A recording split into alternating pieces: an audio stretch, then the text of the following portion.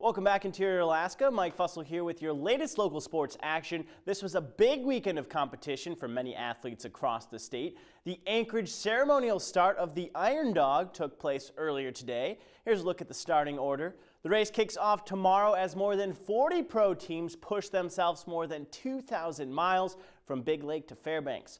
2015 champ Scott Feo will be taking off with a different partner than last year in the number 6 slot. And Brad George, who took 4th, is also teaming up with a new partner. He drew the starting position of 29. We'll be following the race through the week with full coverage of the finish, and that will be next Saturday. And the Alaska Nanooks men's basketball team returned to the court for the first time since their Thursday night win over Western Oregon earlier today. This time around, though, the Alaska found themselves matched up with the Concordia Cavaliers.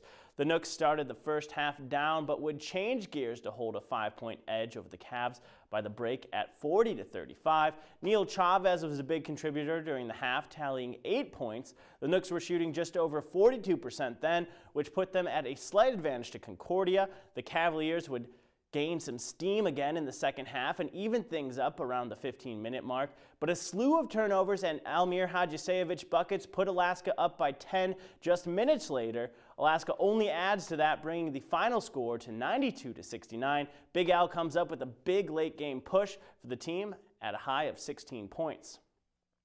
And the Alaska Nanooks hockey team was in survival mode last night. They hosted the number 2 ranked Bowling Green Falcons at the Carlson Center and needed a win to keep playoff hopes alive.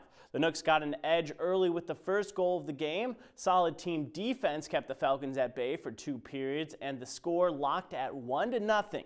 At 4:57 in P3, Bowling Green would even out the score at 1, putting the pressure back on Alaska.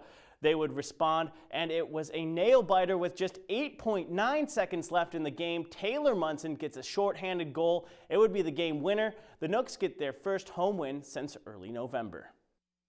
Short-handed, you don't get those opportunities very often, and he made the most of it with a nice shot, cutting to the middle there and getting a nice low shot off. So kudos to both these guys and the rest of the guys in the dressing room. I saw I had some room to skate up, and I knew that there wasn't very much time on the clock, so I just tried to get a shot on net, and I was able to sneak it under his pad, so I got lucky. The whole team gave a good effort tonight, and we got 5 games left now, so every point counts, or every point matters, and we just got to gear up and get ready for tomorrow.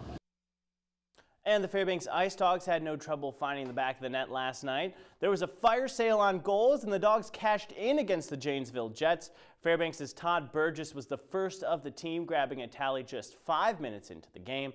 The Jets net won 5 minutes later, that is, but Reggie Lutz puts the Ice Dogs back up by 1 on a power play going into the first intermission 2-1. Fairbanks scores early in P2 thanks to Mitchell Bauman. That would be the game-winning goal for the Ice Dogs, but it would not be their last. They score 3 more in the second period and an additional in the last. The Dogs finished 3 for 5 on power plays for the night with a final score of 7-2. Well, they're a good team. They're very versatile and fast, but we have to be versatile. In this league, when you see a team a lot, like we see Kenai a lot, and we played these guys 8 times, you just have to adjust to their weaknesses, and we had the right game plan tonight, but I'm sure tomorrow they'll come back at us with something new. We've seen them, what is this, the 5th time we've seen them, so we kind of know their style of play now, and we've kind of changed our style of play, try to get pucks more to the middle and just shoot the puck from everywhere. And it was a perfect storm at West Valley last night as a high school basketball rivalry and senior night all came together. The Wolfpack hosted the Lathrop Malamutes in what would prove to be a grueling game on all sides of the ball. The boys' teams seesawed back and forth with momentum changes reflected on the scoreboard. Lathrop held a 5-point lead over West Valley at the half, but was down by 2 at the end of the third. It all came down to the final quarter, and that's when the Wolfpack showed up. West Valley outscored Lathrop 18-9 in the final frame, and the Pack takes the victory on senior night 63-52. Daniel Hornbuckle gets the game high with 18 points on the night.